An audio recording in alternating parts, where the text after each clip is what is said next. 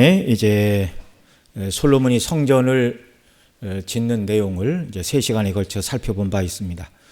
오늘 우리가 읽은 열왕기상 8장은 솔로몬이 그 지은 성전을 여호와 하나님께 봉헌하는 내용을 기록하고 있는데요. 긴 내용이지만 이제 크게 3단락으로 구분을 지어볼 수 있습니다. 단락을 구분해 보면 첫 번째는 1절로 10절, 오늘 우리가 읽은 본문인데요.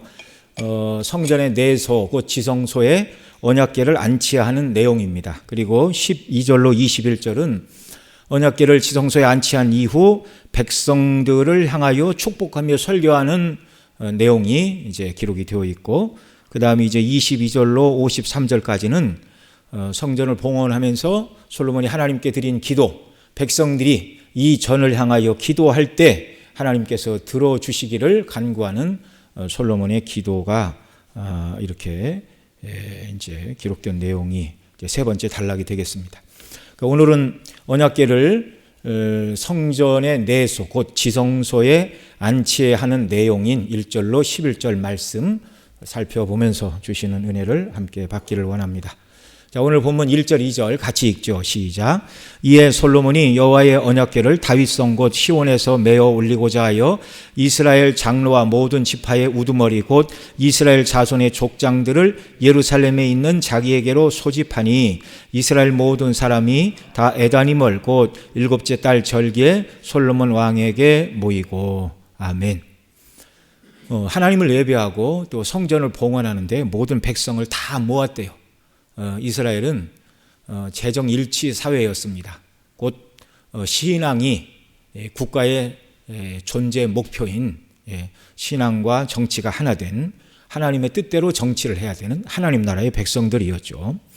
그래서 성전 건축을 완성한 솔로몬은 이제 성전을 봉헌하기 위하여 에다님월, 곧 에다님월, 말이 어렵죠. 그러니까 그들이 지키던 절기상 7월 달 절기에 솔로몬 왕이 이스라엘의 모든 장로와 백성 지파의 우두머리들 곧 족장들을 예루살렘 자기 왕궁에 소집했다. 그러니까 전체가 함께 성전을 봉헌하는 일을 하고 있다, 이렇게 말하고 있습니다.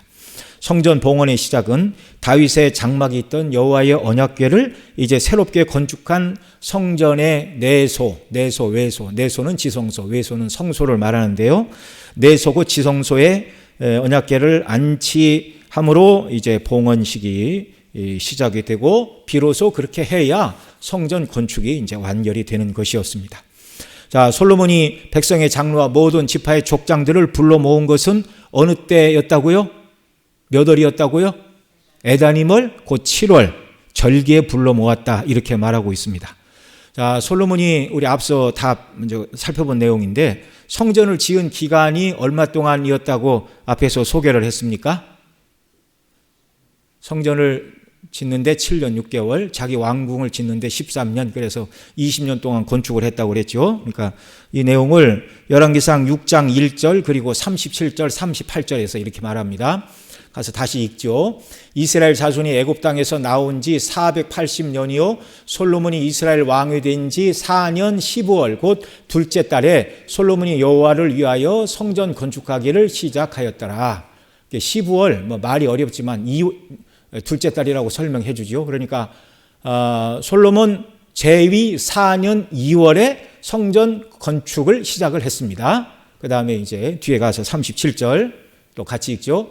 넷째 15월에 여호와의 성전 기초를 쌓았고 11째 해 불월 곧 8째 달에 그 설계와 식양대로 성전의 건축이 다 끝났으니 솔로몬이 7년 동안 성전을 건축하였더라. 37절에서는 15월 곧 2월, 그러니까 솔로몬 제위 4년 2월에 성전 건축을 시작했고 완공은 38절이 말하는 대로 솔로몬 제위 11년 불월 곧 8월에 성전 건축이 끝났다, 이렇게 말하고 있어요. 그래서 4년 2월부터 11년 8월까지 7년 6개월 동안 성전을 건축을 했다라는 말입니다. 자, 그리고 성전 봉헌을 위해 솔로몬이 백성의 장로와 각 지파의 족장들을 소집한 때는 언제였다고 오늘 본문 2절이 말하고 있죠. 오늘 본문 2절로 다시 가서 성경을 보겠습니다. 성경을 같이 읽으시죠. 이스라엘 모든 사람이 다 에다님을 곧 일곱째 달 절기에 솔로몬 왕에게 모이고 이렇게 말하고 있습니다. 자, 그러면 이제 얼른 계산을 하세요. 성전이 완전히 건축되고 나서 봉헌하기까지의 기간이 얼마가 지나고 지금 봉헌식을 행하고 있는 거죠? 퀴즈입니다. 퀴즈. 시간이 얼마나 흘렀어요? 뭐 틀려도 좋으니까 누가 대표로 얘기해 보세요. 얼마나 흘렀어요? 성전 건축이 몇 월에 끝났다고요? 8월에 끝났고, 그리고 지금 성전을 봉헌하기 위하여 백성들을 불러 모은 때는 몇 월이라고요? 몇 월이요? 7월. 그러니까 몇 개월이 지났습니까? 11개월. 네, 11개월이 지났습니다. 자, 성전 건축이 완공된 후 거의 1년을 기다렸어요. 솔로몬이. 1년을 기다리며 기도하고 준비하여 일곱째 달 절기에 백성들을 모았다. 이렇게 말하고 있습니다. 자, 왜 솔로몬이 성전 건축을 완공하고 11개월 동안이나 기다렸다가 성전 봉헌식을 행한 것인가요? 어떤 성급한 사람들은 성전 건축은 8월에 끝났고 끝나기 한 달 전인 그해 7월에 성전을 봉헌한 것 아닌가 이렇게 해석을 하는 사람들이 있습니다. 그런데 그 말은 맞지가 않아요. 우리가 8장을 오늘 읽었잖아요. 8장 1절부터 읽었는데, 그런데 7장 51절에 보면 이렇게 말해요. 솔로몬 왕이 여호와의 성전을 위하여 만든 모든 일을 마친지라. 이에 솔로몬이 그의 아버지 다윗이 드린 물건 곧 은과 금과 기구들을 가져다가 여호와의 성전 곳간에 두었더라. 자, 그러니까 7장 마지막 부분에 솔로몬 왕이 여호와의 성전을 위하여 만드는 모든 일을 다 끝마쳤다. 그리고 이제 성전을 봉헌했다. 그렇게 말하잖아요. 그러니까 솔로몬 제위 11년 8월에 성전 건축이 끝났는데 끝나고 했다고 그랬잖아요. 그러니까 완공되기 한 달 전인 7월에 성전을 봉헌했다. 이렇게 해석하면 말이 됩니까? 안 됩니까? 말이 안 되죠. 예. 아니, 솔로몬이 뭐가 급하다고 성전 건축이 끝나지도 않았는데 성전 봉헌을 먼저 합니까? 그럴 이유가 전혀 없는 거예요. 그리고 순서의 흐름상 성경이 말한 대로 솔로몬 왕이 성전에 위하여 만든 모든 일을 다 마쳤더라. 그렇게 말하고 8장에 가서 이제 여호와의 언약궤를 이제 그 새로 지은 성전에 안치하기 위하여 기도하고 준비하다가 7월에 에다님을 7월에 백성의 장로와 족장의 모든 두령들을 불러 모았다. 이렇게 말을 하고 있는 것입니다. 그러니까 11개월 거의 1년을 기도하며 준비하고 기다렸다가 언약궤를 지성소에 안치하고 성전 봉헌식을 거행하고 있다라는 것, 이것을 우리가 기억을 해야 됩니다. 자, 무엇 때문에 솔로몬은 11개월이라는 긴 기간 동안 여호와의 궤를 지성소에 안치하고 바로 봉헌식을 하지 않고 기다렸는가? 11개월 동안 기다린 것은요, 여호와의 궤를 옮긴다는 것이 그렇게 쉬운 일이 아닌 것을 역사 속에서 솔로몬과 백성들 모두가 다 깨달아 알고 있었기 때문입니다.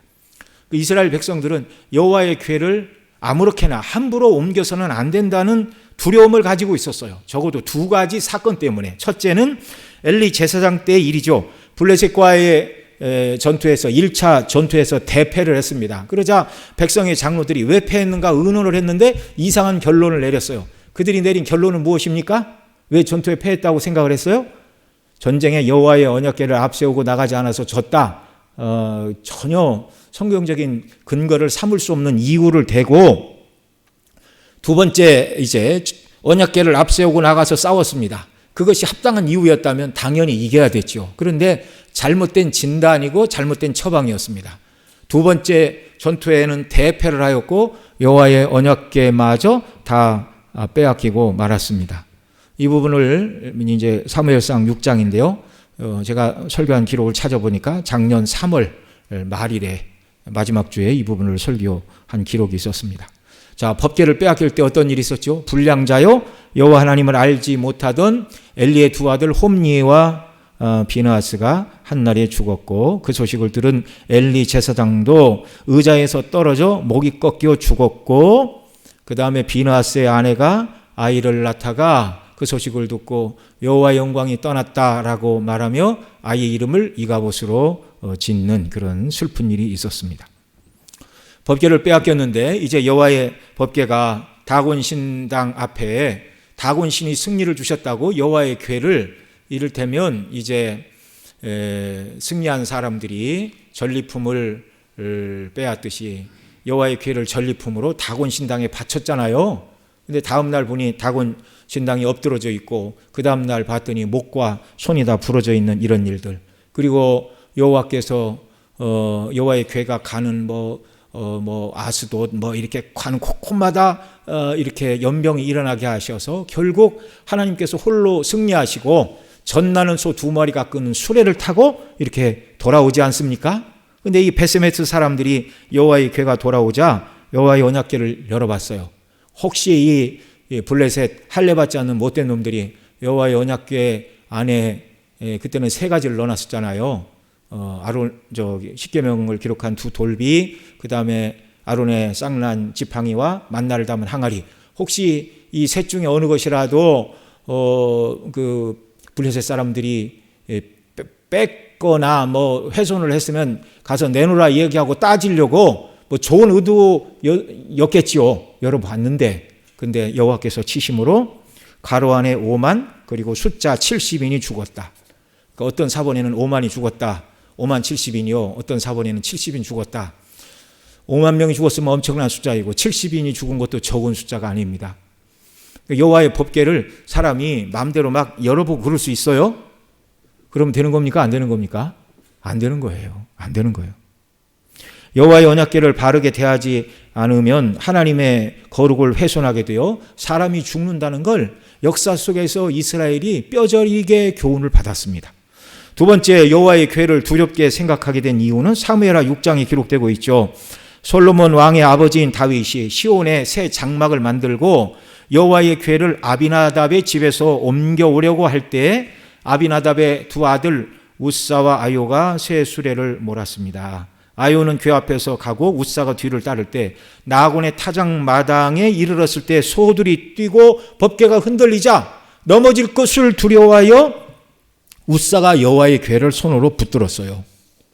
그런데 우사는 선의를 행한 거죠, 어떻게 보면. 근데 이거 하나님의 방식이 아니었습니다. 원래 궤를 옮길 때는 그 채에 꿰어서 제사장들이 고앗 자손의 후손들이 어깨에 메고 이렇게 가야 됐어요. 여호와의 법대로 안 하니까 선의를 가지고 있었다 할지라도 여호와께서 우사를 치심으로 그 궤 곁에서 우사가 죽고 말았습니다. 그래서 다윗이 궤를 다윗성에 바로 보시지 못하고 그 궤를 오벳 에돔의 집으로 메어 갔습니다. 여러분, 여호와의 궤는 아무나 안을 열어서 들여다볼 수 있는 것이 아니었습니다. 하나님의 명령대로 하지 않는 것은 불경한 일이었습니다. 언약궤를 수레로 옮기는 것은 이방인은 모르니까 그럴 수 있지만 다윗이 새 장막을 만들고 여호와의 언약궤를 수레로 모시고자 했다는 것은 성경이 주의하지 않은 거예요. 민수기 4장에 보면 말씀드린 대로 레위지파 오직 고앗 자손만이 휘장을 걷어 증거궤를 덮고 그 위를 해달의 가죽으로 또 덮고 그 위에 순천색 보자기로 덮은 후 채를 이제 고리에 꿰어 어깨에 메고 옮기는 것, 이 방식이 법궤를 옮기는 유일한 방식이었습니다.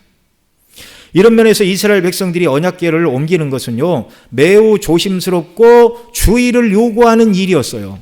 솔로몬이 성전 건축을 완성하고 여호와의 궤를 새로운 성전의 내소곳 지성소에 모시기 위하여 많이 기도하고 곤심하고 어느 때가 좋은가 하나님의 인도하심을 구했다는 말입니다.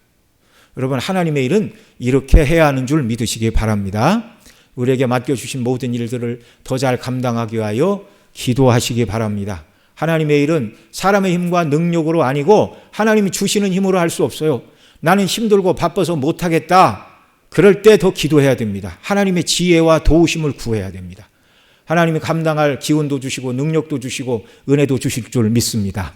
하나님의 일은 서두른다고 되는 것이 아니라 기도함으로 하나님의 정하신 때가 어느 때가 좋을까 분별하는 그런 지각이 필요한 것입니다. 어느 때 어느 방식으로 여호와의 궤를 옮겨 새로 지은 성전의 내소 지성소에 안치를 하고 하나님께 봉헌의 예배를 드릴까? 어떻게 해야 실수 없이 이 일을 잘 감당함으로 하나님이 기뻐 받으시고 영광을 받아 주실까? 그것이 7년 6개월 동안 성전을 지은 다음에 11개월 동안 솔로몬과 백성들이 함께 기도하고 고민하는 시간들이었다라는 말입니다. 심사숙고한 끝에 그들은 솔로몬 제위 11년 8월에 성전을 완공하고 나서 11개월을 기다린 후 그 다음 해 7월에 성전 봉헌식을 진행한 것이죠. 8장 1절에 보면 여호와의 궤를 메어 올려오고자 하여 백성들을 다 이렇게 모았습니다. 자, 11개월 기다렸다가 그 다음에 7월에 봉헌식을 거행하고 있는데 이 7월 절기에 이렇게 말하고 있죠. 7월 절기에 백성의 장로와 또 각 족장들의 두령들을 모았다 이렇게 말하는데 여러분 7월은 하나님께서 구약 백성들에게 말씀하신 구약의 7대 절기 중에 3개의 절기가 포함되어 있는 달이 바로 7월이었습니다. 먼저 7월 1일은 나팔절인데요. 레위기 23장 24절 25절에서 이렇게 말합니다. 같이 읽죠. 시작. 이스라엘 자손에게 말하여 이르라. 7째 달 곧 그 달 첫날은 너희에게 쉬는 날이 될지니 이는 나팔을 불어 기념할 날이요 성회라. 어떤 노동도 하지 말고 여호와께 화제를 드릴지니라. 아멘. 여기 7월 1일에 쉬는 날이요 나팔을 불어 기념하는 성회 노동도 하지 말라. 이제 나팔을 부는 절기라 해서 이제 나팔절이다. 흔히 그렇게 부르는 절기이죠. 그러니까 이제 7월에 이제 나팔절, 그다음에 대속죄일, 그다음에 수장절 이렇게 3개의 명절이 연달아 이렇게 찾아오는데 이 일이 있기 전에 이제 이스라엘 백성들은 정월에 이제 유월절, 무교절, 초실절 3개의 절기를 지키게 되죠. 그리고 50일 후에 이제 오순절 또는 처음 열매를 이제 칠칠절이라고도 하고 오순절이라고도 하는 그 두 번째 절기가 이제 있은 다음에 그다음에 상당한 기간이 지나고 나서 그다음에 이제 7월에 이제 3개의 절기가 이렇게 포함이 되어 있는 것입니다. 상당히 오랜 기간 명절이 없었어요. 그래서 큰 명절이 가까이 온다는 것을 7월 1일에 나팔을 불어서 그날은 성회로 모이고 노동하지 말고 화제를 드리고 앞으로 있을 큰 명절을 준비하는 그런 날이었습니다. 그리고 두 번째 7월에 있는 절기가 대속죄일 7월 10일입니다. 대제사장이 1년에 지성소에 들어가 속죄소, 곧 다른 말로 시온소 위에 희생의 제사를 뿌리고 백성의 죄사함을 간구하는 그 절기가 바로 대속죄일이었습니다. 이 절기는 예수님의 대속의 십자가의 사역으로 우리를 위한 완전한 속죄의 제사가 드려질 것을 구약에서는 예표하는 절기였죠. 예수님의 십자가로 더 이상 대속죄일을 지킬 필요는 없습니다. 히브리 10장 10절에서는 이렇게 말합니다. 같이 읽죠. 이 뜻을 따라 예수 그리스도의 몸을 단번에 드심으로 말미암아 우리가 거룩함을 얻었노라. 또 오전에도 예수님이 우리 양의 문이 되시기 위하여 죽으심으로 완전한 구속을 이루신 내용들을 우리가 살펴보았습니다. 그리고 세 번째 7월에 있는 절기가 7월 15일부터 7일간 지키는 농사를 지어서 곡식을 다 거두어 드리고 그리고 이제 광야 시절 하나님이 그 백성을 인도해 내신 것을 기념하여 초막을 짓고 또는 장막을 만들고 집 밖에서 7일간 생활하며 지키는 명절의 절기가 초막절 또는 장막절 또는 모든 곡식을 다 저장하여 드린 다음에 지키는 절기라고 해서 수장절이라고도 불리우는 이 절기가 마지막 7월 15일부터 7일간 지키는 절기였습니다. 성막과 성전에서 매일같이 상번제사가 드려졌고 앞서 말씀드린 유월절, 무교절, 초실절, 그 다음에 오순절 이런 절기들이 지켜졌으나 7월에는 성전을 봉헌하기에 가장 합당한 명절이 거기 들어 있었습니다. 앞서 말씀드린 대속죄일에만 오직 지성소에 들어가 속죄소 위에 희생의 피를 뿌리고 제사를 드렸습니다. 그러니까 성전을 완전히 이제 건축을 하고 만약에 솔로몬이 11개월 기다리지 않고 그해 8월에 11년 8월에 성전을 건축하고 만약에 9월에 성전 봉헌식을 진행을 했다면 10개월 후에나 지성소의 문을 열고 들어가 언약궤 위에 피를 뿌리고 제사를 드리게 되는 거였어요. 그거보다는 솔로몬과 그 백성들 생각에 7월 절기에 언약궤를 성전에 안치하고 봉헌함으로 말미암아 그와 동시에 지성소에 들어가 하나님 앞에 제사를 드림으로 온전히 하나님이 예배를 받으시고 또 성전의 기능이 온전히 시작되는 그 절기를 지금 솔로몬이 기도하고 연구하며 기다리다가 성령의 인도하심 속에 11개월 후 이 절기가 있는 그때 지금 봉헌식을 거행을 하고 있다, 그런 말씀입니다. 또 7월에 있는 두 번째 절기가 장막절이었죠. 장막절은 가나안 땅에 들어가서부터 곡식을 거둬들이고 드린 절기입니다. 그러니까 장막절은 뭐예요? 과거 우리가 애굽에서 나와 40년간 광야길을 걸었지만 하나님께서 우리에게 안식을 주셨다는 것입니다. 그러니까 광야길을 갈 동안에는 성막이었어요. 언제든지 여호와의 그 성막 위에 있던 구름이 이렇게 일어나 앞서가면 다 걷고 따라가야 됐잖아요. 그러니까 광야길에서는 영구한 하나님의 집을 지을 수가 없었습니다. 그런데 가나안 땅에 이제 정착을 해서 그 백성이 더 이상 움직이지 않아도 돼요. 그러니 정말 다윗이 훨씬 일찍 태어났다면 간절한 사모하는 마음을 가지고 가나안 땅에 들어가자마자 이동할 필요가 없는 이제 가나안 땅에 하나님 약속의 땅에 왔으니 성전을 지으려고 했을지도 모를 일입니다. 그런데 모세는 주전 1500년 사람이고 다윗은 주전 1000년 사람이잖아요. 그러니까 다윗이 나타나기까지 500년 동안 성전을 지어야 마땅함에도 불구하고 아무도 그런 생각을 한 사람이 없었어요. 그런데 하나님을 뜨겁게 사랑하는 다윗만이 성전을 지을 생각을 하고 그 아들 때 지금 허락을 받아 짓고 이제 하나님의 약속의 땅인 가나안 땅, 더 이상 이제 여호와의 구름이 일어나면 이동을 해야 되는 그런 것이 아니라 하나님이 정착해 주신 그 땅에 이제 하나님의 성전을 견고하게 짓고 예배 드리기에 합당한 절기가 바로 광야 생활을 추억하며 지켰던 그 수장절의 절기에 맞춰 이렇게 또 성전을 봉헌하는 것이 합당한 일로 솔로몬이 그렇게 여겼다라는 말입니다. 자, 이렇게 백성들이 성전 건축을 완성하고 성전을 봉헌한 날을 기다리고 준비하던 이때가 바로 영적인 부흥의 때였습니다.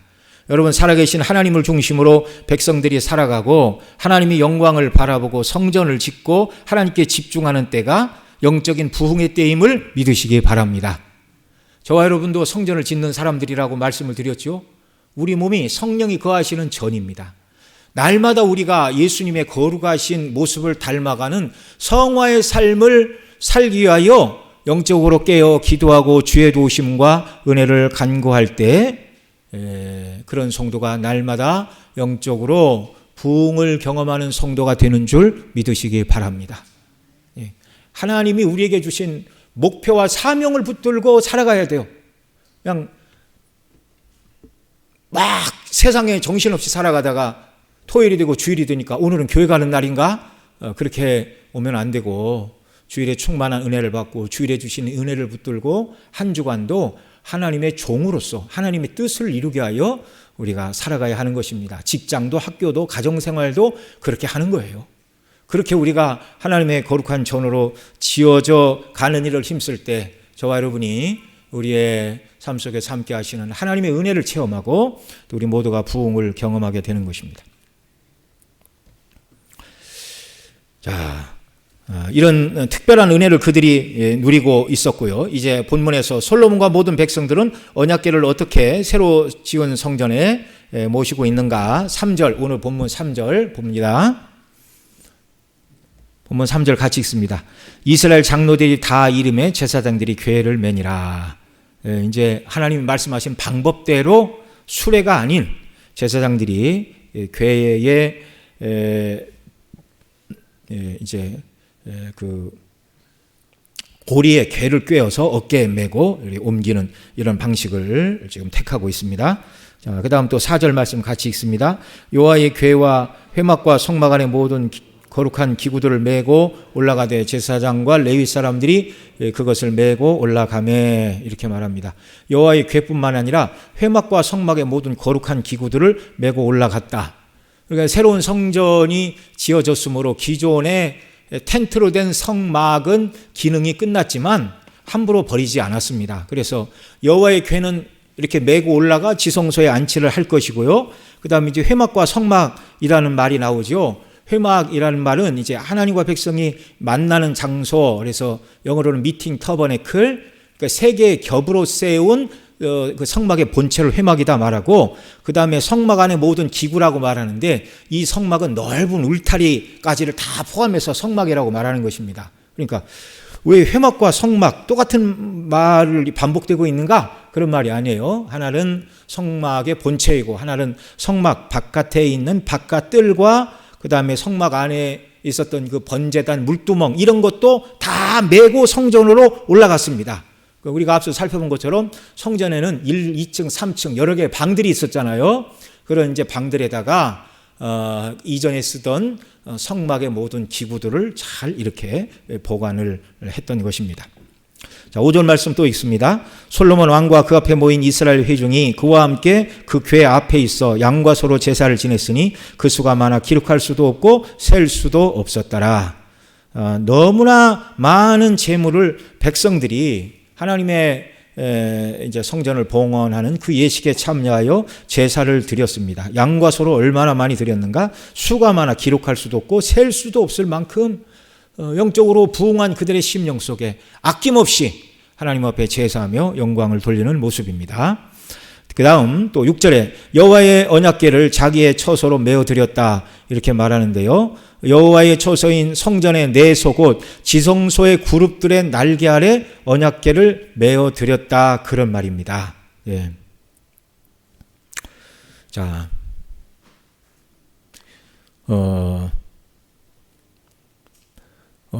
성전을 건축할 때 이제 모세 시대에 만들었던 모든 성막의 기구들은요 다 만들었어요. 그런데 오직 하나 모세 시대에 만들었던 여호와의 궤만은 다시 만들지 않았습니다. 예, 다른 것은 다 만들었는데 왜 언약궤는 새로 만들지 않았을까?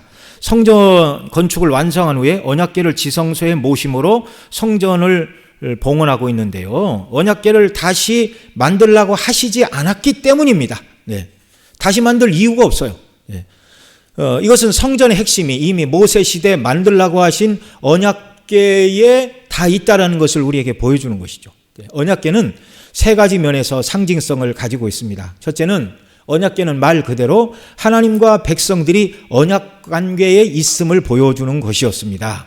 그 안에 이제 언약의 돌비를 넣었잖아요. 언약의 돌비를 하나님께서 다시 파주실 리가 없잖아요. 언약궤 자체도 다시 만들 이유가 없는 것입니다.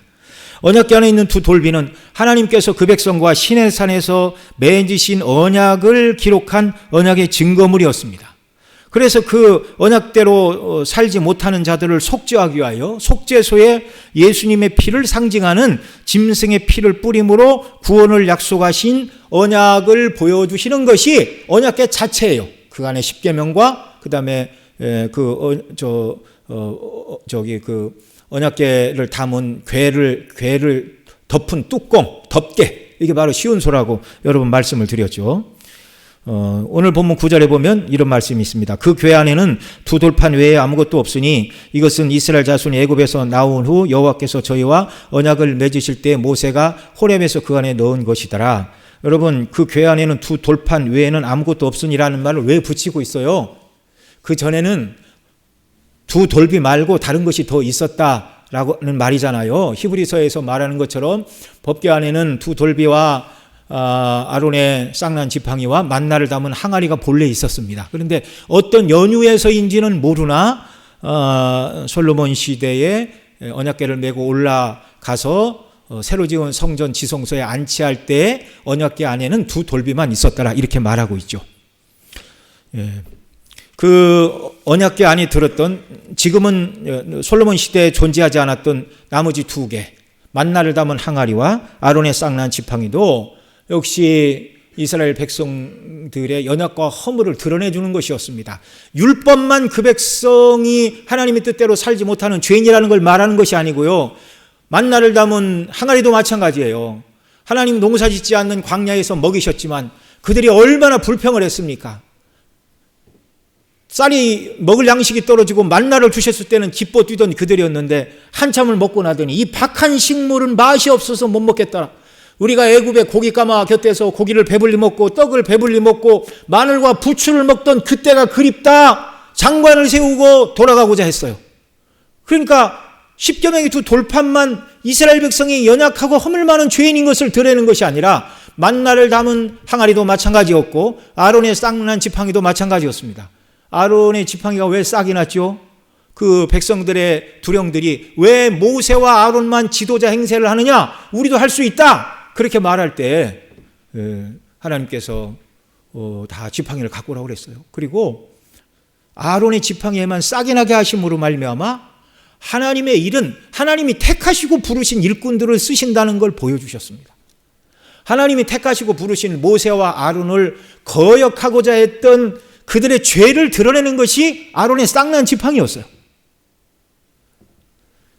자, 계명이 기록된 두 돌판대로 살지 못하는 죄인이요, 또 광야길에 하나님의 행사를 원망하던 자들이요, 하나님의 질서와 권위를 인정하지 않던 그런 모든 죄인들의 죄가 용서받는 것 어디인가? 바로 속죄소 시은소에 예수님이 흘리실 피가 예표하는 속죄의 피를 뿌릴 때 하나님이 그 백성의 죄를 용서하시고 그 백성을 구원하신다는 언약의 상징 자체가 바로 언약궤였다, 그런 말입니다. 성전에서도 하나님은 언약을 통하여 그 백성을 인도하시는 분이라는 사실을 우리에게 분명히 보여주시고 있습니다. 둘째로 언약궤는 하나님의 성품을 보여줍니다.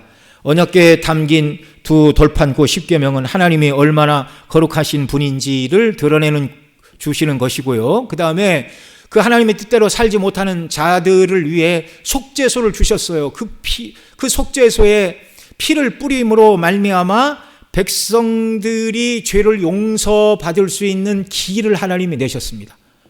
그러니까 언약궤 자체가 두 번째 보여주는 것은 하나님의 거룩하신 성품과 죄인을 용납하시는 사랑의 성품을 보여주는 것이 언약궤다라는 말이죠.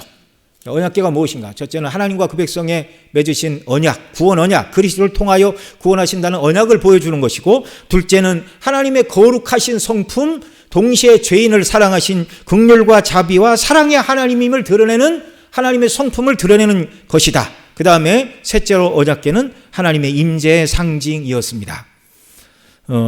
시편 80편 1절에 이렇게 말씀을 합니다. 같이 읽죠. 시편 80편 1절 먼저, 앞구절.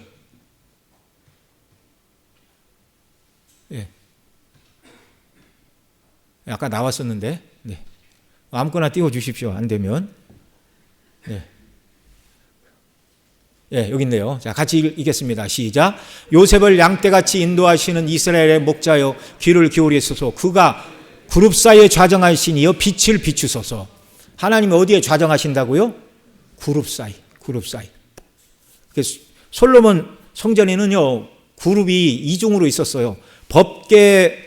덮개가 속죄소인데 속죄소 양편에 이렇게 작은 두 그룹을 만들었잖아요. 여기에 그룹이 하나 더 있고, 솔로몬 성전에 보면 우리가 앞 시간에 살펴본 것처럼 높이가 19핏, 이쪽 팔에서 저쪽 팔까지 길이가 19핏인 큰 그룹 둘을, 그러니까 이렇게 이쪽에 그 표현이 있습니다. 표현이, 자, 거기 어디에 앞에 가시면 열왕기상 6장 23절로 28절에 내소 안에 감나무나무로 두 그룹을 만들었는데 그 높이가 각각 10규빗이라 이 그룹의 한쪽 날개도 5규빗 저쪽 날개도 5규빗이니 이쪽 날개 끝에서 저쪽 날개 끝까지 10규빗이며 다른 그룹도 10규빗이니 두 그룹은 같은 크기와 모양이요 그 그룹의 높이가 10규빗이요 저 그룹도 같더라. 솔로몬이 내소 가운데에서 그룹을 두었으니 그룹들이 날개를 펴져 있는데 이쪽 그룹의 날개는 이쪽 벽에 닿고 저쪽 그룹의 날개는 저쪽 벽에 닿았으며 두 날개는 성전의 중앙에 서로 닿았더라. 이렇게 이해가 되시죠? 여러분 솔로몬 성전의 이렇게 길이는 60규빗인데 이게 가로 길이 넓이라고 그러죠. 넓이는 29빗이었어요. 그러니까 양팔을 벌리고 있는 10규빗씩의 그룹 둘을 제작을 했는데 이쪽에 있는 그룹의 날개는 이쪽 벽에 닿았고 저쪽 벽에 있는 그룹의 날개는 저쪽 벽에 닿았다. 그리고 거기 27절에 27절에 6장 27절에 두 날개는 성전 중앙에서 서로 닿았더라. 그러니까 등을 지고 그룹이 양팔을 펴고 이렇게 서 있는 모습입니다. 그러니까 두 그룹에 하나는 이쪽 팔, 하나는 이쪽 팔이 이렇게 가운데 닿았고 그 앞에 이제 여호와의 궤를 지성소에 안치하고 있는 그런 모습이에요. 자, 그래서 다시 시편 80편 1절에 보면 이스라엘의 목자여 귀를 기울이소서 그룹 사이에 자정하신 이여 빛을 비추소서. 하나님이 어디에 임재해 계신다고요? 그룹 사이 지성소에. 그리고 속죄소 위에 유대인들은 파란 불꽃으로 하나님이 임재하신다. 그렇게 이제 믿고 그렇게 전합니다. 그 파란 불꽃을 쉐키나의 영광 그렇게 불렀어요. 유대인들은. 시편 99편 1절에도 이렇게 말합니다. 같이 읽습니다. 시작. 여호와께서 다스리시니 만민이 떨 것이요 여호와께서 그룹 사이에 좌정하시니 땅이 흔들릴 것이로다. 이 그룹은 이제 우리가 오전에도 계시록 4장 말씀을 통해서 하나님을 하늘에서 모셔선 그룹들이 있죠. 스랍은 하나님을 찬송하는 천사이고 그룹들은 하나님을 모셔서는 호위 천사들이에요. 그런데 하늘에 하나님이 그 그룹들과 계시지만 땅에서는 사람이 손으로 만든 그룹 사이 지성소에 임재하시어 그 백성을 통치하시는 하나님이라고 이렇게 노래하고 있는 것입니다. 자, 결국 언약궤는 하나님의 언약, 하나님의 성품, 하나님의 임재의 영광을 상징하는 것이었는데 그들은 그리스도 안에서 그 모든 것들은 그리스도 안에서 우리를 대속의 피로 구속하신 하나님의 언약, 그 약속을 이루신 하나님의 영광스러운 거룩하시고 사랑이 충만하신 성품, 그리고 구원받은 그 백성들과 오늘도 임마누엘로 함께 하시는 예수 그리스도를 바라보게 하는 것들이었어요. 다 그리스도를 상징하는 것들이었습니다. 언약궤가 상징하는 게 세 가지라고 그랬죠. 하나님의 언약, 하나님의 성품, 하나님의 임재. 이게 다 그리스도를 설명하는 내용들이에요.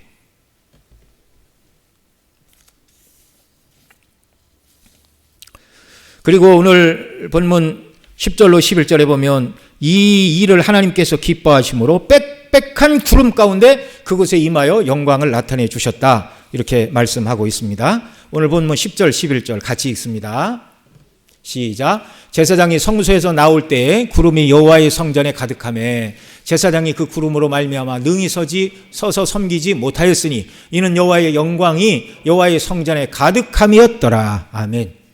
그러니까 하나님께서 빽빽한 구름 가운데 그 성전에 임재하여 주심으로 말미암아 솔로몬이 7년 6개월 동안 지은 성전도 기쁘게 받으셨고 그 다음에 성전 봉헌식을 행하는 그 모든 절차에 있어서도 하나의 불비함이나 하나님의 뜻대로 하지 않은 것이 없다는 것을 빽빽한 구름의 영광 가운데 임재하여 주심으로 말미암아 하나님이 그 성전을 기쁘게 받아주시는 표시입니다.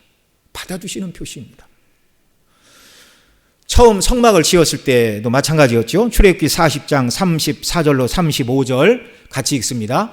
구름이 회막에 덮이고 여호와의 영광이 성막에 충만하며 모세가 회막에 들어갈 수 없었으니 이는 구름이 회막 위에 덮이고 여호와의 영광이 성막에 충만함이었으며.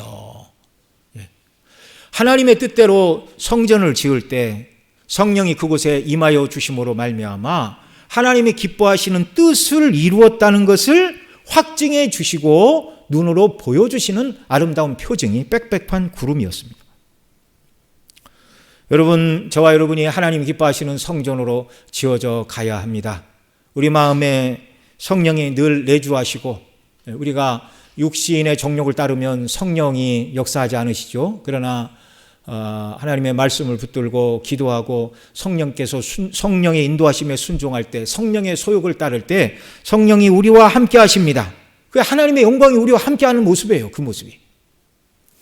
범사에 우리가 하나님이 기뻐하시는 일들을 감당해 나가는 것. 앞서도 말씀을 드렸지만 예수님을 닮기 위하여 거룩을 추구하는 것. 여러분, 거룩을 추구한다 그러니까 굉장히 추상적이고 무엇을 해야 되나 잘 모르시겠죠? 그게 어려운 얘기가 아니에요.